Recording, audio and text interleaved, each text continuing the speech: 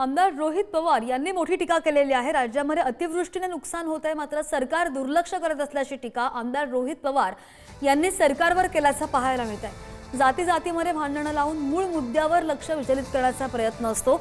सगळ्याच जातीचे शेतकरी आज अतिवृष्टीने उद्ध्वस्त झालेत असं सुद्धा रोहित पवार म्हणाले।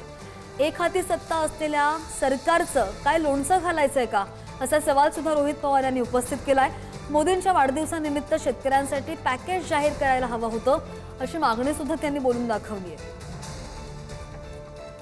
रोहित पवार यांनी एक्सपोज केलेली आहे, पाहूया। राज्यामध्ये अतिवृष्टीने ओला दुष्काळ सदृश परिस्थिती निर्माण झालेली असून शेतकरी पूर्णतः उद्ध्वस्त झालाय। आमदार रोहित पवार यांची ही एक्सपोज।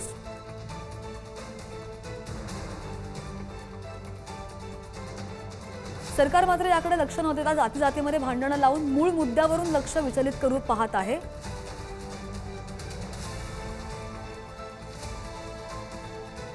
सर्वच जातीचे शेतकरी अतिवृष्टीने उद्ध्वस्त झाले। सगळ्याच जातीचे युवा बेरोजगारीच्या झळा सोसतायत।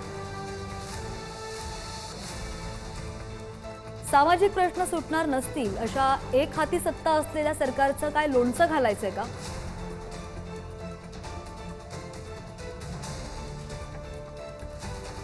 मोदी साहेबांच्या वाढदिवसानिमित्त मदत पॅकेज जाहीर करायला हवं होतं अशी एक पोस्ट आमदार रोहित पवार यांनी केली। जाहिरातीपेक्षा या पद्धतीच्या शुभेच्छा अधिक योग्य राहिल्या असता असा सल्ला सुद्धा त्यांनी दिलाय।